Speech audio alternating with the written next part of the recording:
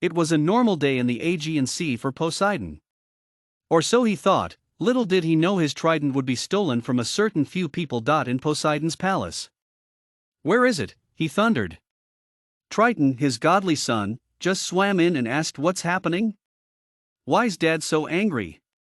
Delphin, the dolphin god and one of Poseidon's most trusted advisors, said, "Big man's lost his trident. If we don't find it fast, he'll tear up the entire Aegean Sea." It was true, because since Poseidon was the sea god, the sea usually reflected on his emotions.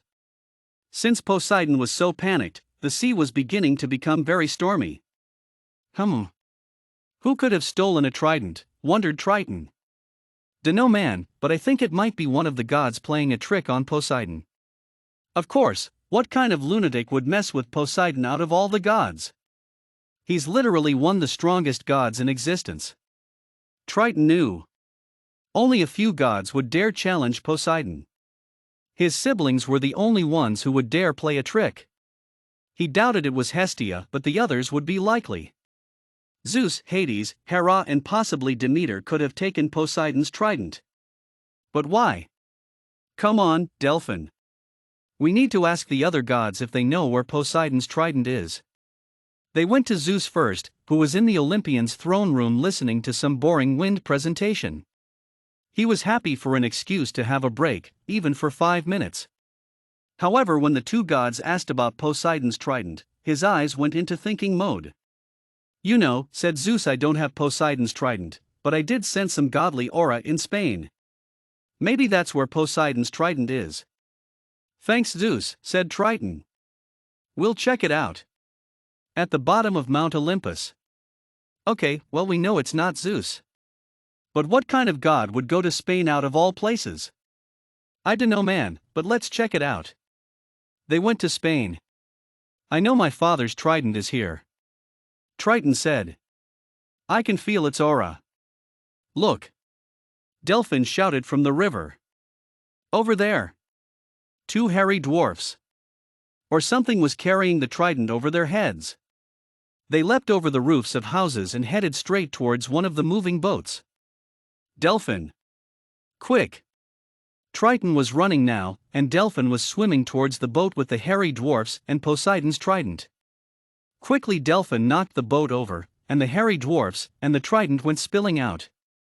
Triton lunged for the trident. But the hairy dwarfs regained their balance midair, grabbed the trident, and disappeared.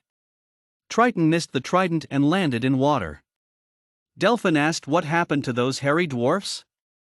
Triton said, "I don't know, I've never seen anything like that," he admitted. Triton annoyingly thought of where the hairy dwarfs would try and go.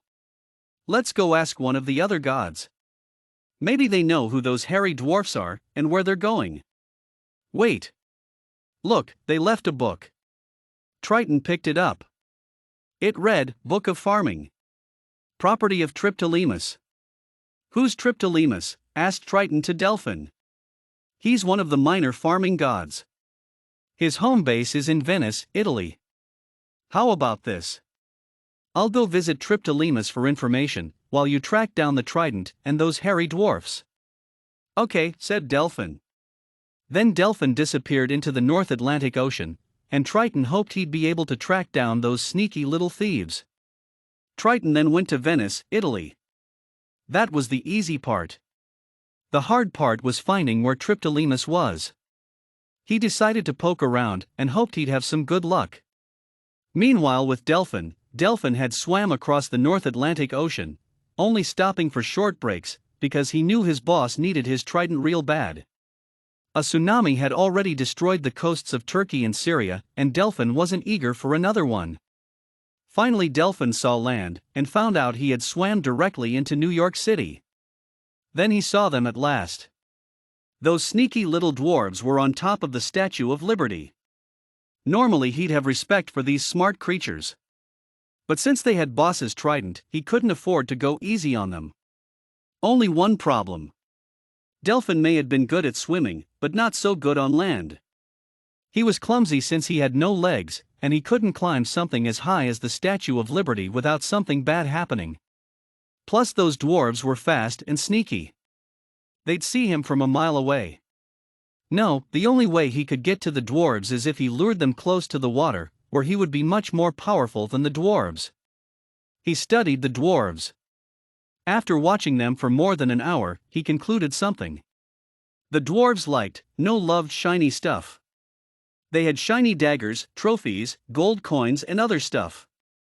Delphin looked for something shiny. Only problem was, he didn't have any shiny stuff. Suddenly Delphin had an idea. He morphed into a human and shouted, "Oh no, my precious gold coins have dropped into the sea. How will I ever get them?" The dwarves obviously heard. They practically scrambled down the Statue of Liberty and leapt into the sea. Delphin changed back and chained them to a dock in the pier they were at. "Who are you sneaky little thieves?" Delphin snarled. The dwarves looked at each other and suddenly burst into tears. "Please don't kill us," they chanted. "First," Delphin said, "what are your names?" "I'm Pasilos and my brother here is Ackman." "Now can we go please?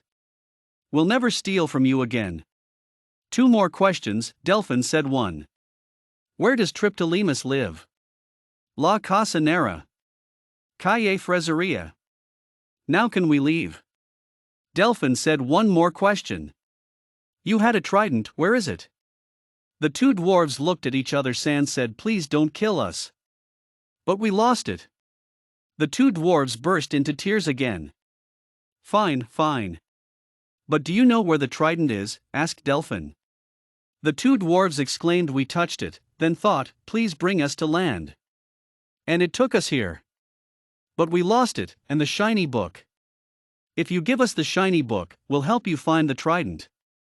Delphin narrowed his eyes. The dwarves didn't seem too trustworthy. However, Delphin needed that trident. "Fine. I'll go to Venice to find the book. When I have it, I'll tell you, and you meet me back here with the trident. Remember, no trident, no trade." The dwarves exclaimed, "Deal." Delphin sighed. Another long swim through the North Atlantic Ocean and the Mediterranean Sea to Italy.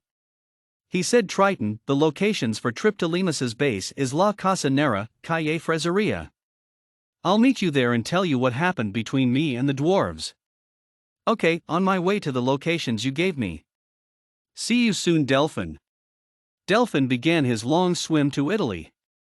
Back with Triton, after 4 full days of searching, Triton had no luck finding Triptolemus. Suddenly Delphin sent some locations and a message saying he was swimming back towards Italy. Triton decided to scout the locations Delphin gave him, so that they would be prepared to meet Triptolemus and in case if anything bad happened. The next morning, Delphin finally made it to Italy. After Delphin had a long rest, they knocked on the door where Triptolemus was supposed to be according to the dwarves. Delphin had told Triton everything about what had happened. "But if we don't give Triptolemus the book, how will we bargain for information on the trident's whereabouts? I don't trust the dwarves, and I know you don't either." Delphin said, "This is our best bet." Suddenly Triptolemus answered. "Who is it?" he asked, looking at Triton and Delphin. "Permission to enter, please?" asked Triton. "Granted," said Triptolemus, looking a bit confused. Triton sat down and showed him the book. Triptolemus went from confused to surprised to grateful. "Thank you," said Triptolemus. "How did you get this from those nasty dwarves?" "We bargained for it," lied Delphin. "Okay, so anyway, what can I do for you?" "Do you know where Poseidon's trident is?" asked Triton. "Oh, I know," said Triptolemus. "Those pesky dwarves stole it. I saw it dangling from one of their pouches."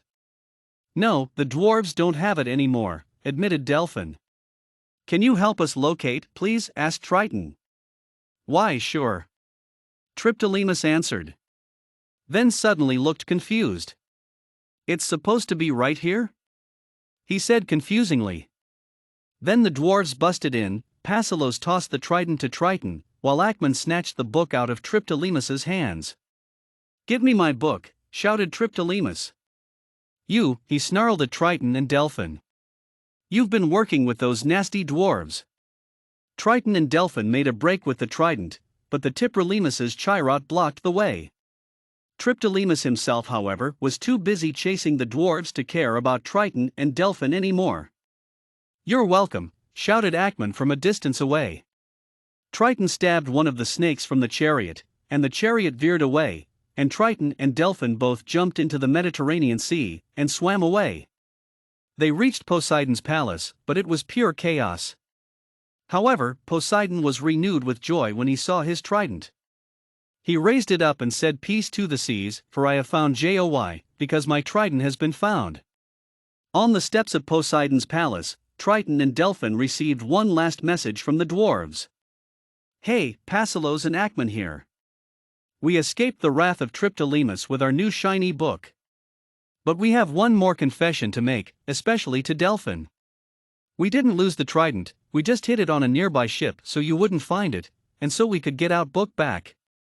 When we found out you were going to Venice to see Triptolemus, we assumed you already had the book there.